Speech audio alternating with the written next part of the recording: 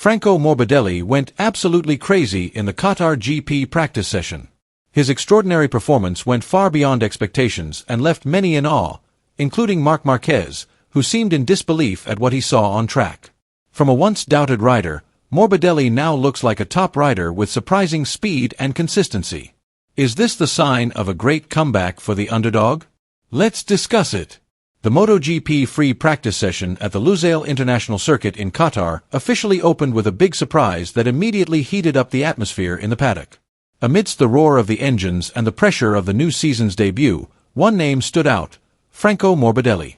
The Italian rider, who joins the Prima Pramac racing team this season, put in an exceptional performance, setting the fastest time in the afternoon practice session, just 0.1 seconds off the circuit lap record set by Jorge Martin last year, 1 minute and 50.789 seconds. Morbidelli's revival is not just a one-session sensation.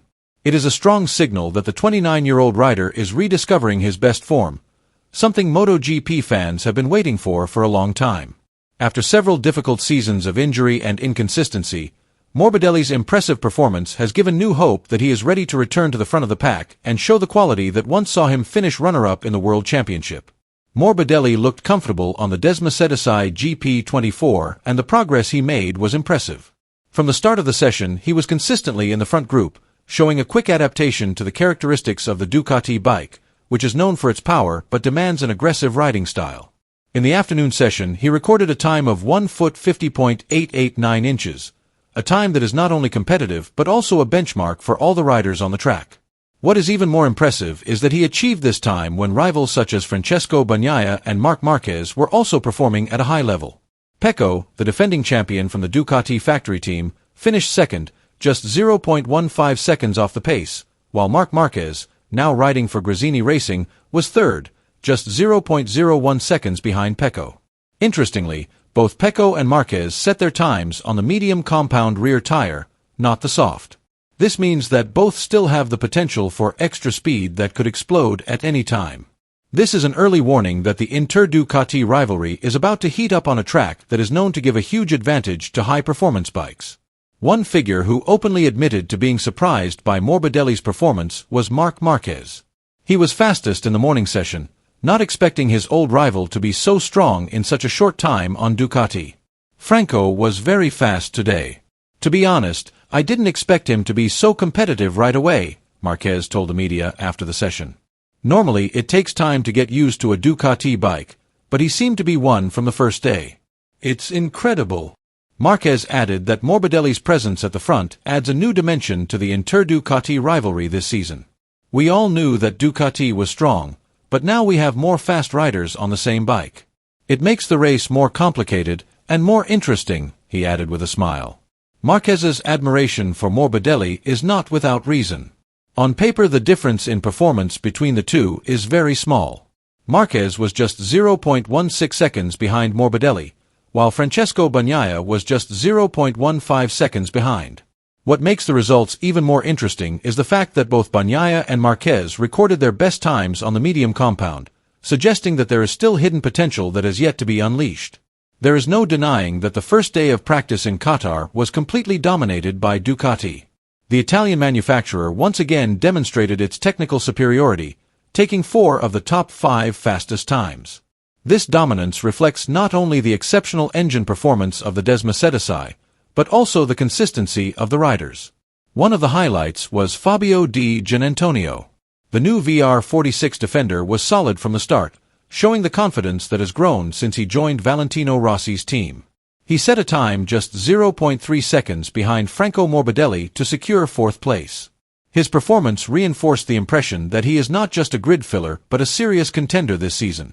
In 5th place, his Gresini Racing teammate Alex Marquez once again showed the consistency he has begun to develop since the second half of the 2024 season. Although often overshadowed by his older brother Marc Marquez, Alex seems to be getting more comfortable on the bike and maturing in his ability to read the rhythm of the race. A solid performance in Qatar could be a sign of a greater resurgence as the season progresses. With 5 Ducati riders dominating the top positions, from factory to satellite, it is clear that the Bologna manufacturer has not been shaken as the dominant force in the 2025 MotoGP technical configuration. Superior aerodynamics, stability in fast corners and good traction on the straights still seem to be a deadly combination for Ducati bikes. If this trend continues, the 2025 season could be a show of strength for the Desmosedici riders. In the midst of Ducati's dominance, Fabio Quartararo emerged as Yamaha's savior. Although the YZR M1 bike is still considered a bit of a laggard in terms of acceleration and top speed, the Frenchman managed to finish 6th and qualify directly for Q2. Quartararo relies on his aggressive riding style and experience to make up for the bike's technical weaknesses. This suggests that while Yamaha may not have found a complete solution to engine performance, Quartararo can still be relied upon to compete at the front of the field, especially on tracks that prioritize agility over pure power. Behind Quartararo, Pedro Acosta continued his sensational rookie career. The GasGas Tech 3 rider finished 7th. Although this is his first season in MotoGP, he is already performing like a seasoned rider. Lusail also holds a special place for Acosta. It was here that he first tried out a MotoGP bike in last year's post-season test. Meanwhile, Fermin Aldeguer was the next surprise. The young Spanish rider managed to get into Q2 for the first time after setting a time good enough for 9th place. Aldeguer's rapid progress confirms that his presence in the premier class is not just a compliment, but a real threat to the big names. Completing the top 10 was Johann Zarco, who was once again the best Honda rider. In the midst of Honda's ongoing transition and development, Zarco managed to put in a solid performance, well ahead of his teammates on the RC213V. Although not yet spectacular, the result is a strong one for Honda as they seek a new direction after difficult seasons. In contrast, Aprilia's performance was disappointing. None of their riders finished in the top 10. Ai Ogura, a rookie from Japan, was the best among them with 15th place. Although he managed to beat names like Marco Bezzecchi, P19, and Jorge Martin, P20, this result shows that Aprilia is still struggling to adjust its technical package at the beginning of the season. For Jorge Martin, this session was more of a recovery event. After a long absence due to a serious injury in February, Martin is still finding his rhythm and collecting important miles on the bike before returning to competitive performance. In terms of incidents, the day's practice was quite dramatic. Pramac Yamaha rider Jack Miller had 2 crashes, one in the morning and one in the afternoon. A total of 4 crashes in the last few weeks shows that Miller is still struggling to tame his bike in this transitional period. In addition to Miller, Augusto Fernandez also crashed at turn 6 during the afternoon session, followed by Somkiat Chantra, who went down in the first sector shortly after the start of the session. Brad Binder also crashed at the end of the session. Fortunately, none of the riders were seriously injured. With the time gap between the riders getting smaller, Saturday's qualifying session is sure to be a very fierce battle. Every second will be crucial and the slightest mistake can determine the starting position, which will have a big impact on race day. Franco Morbidelli is starting to show his teeth again, sending a clear signal that he is back as a serious contender on the grid. But the challenge will not be easy.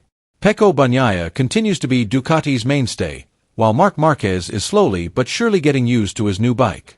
Fabio Quartararo also seems to be finding his rhythm again. On the other hand, rookies like Pedro Acosta and Fermin Aldeguer continue to steal the show and prove that they are more than just entertainers. Now the big question arises. Will Ducati's dominance continue until race day? Write your opinion.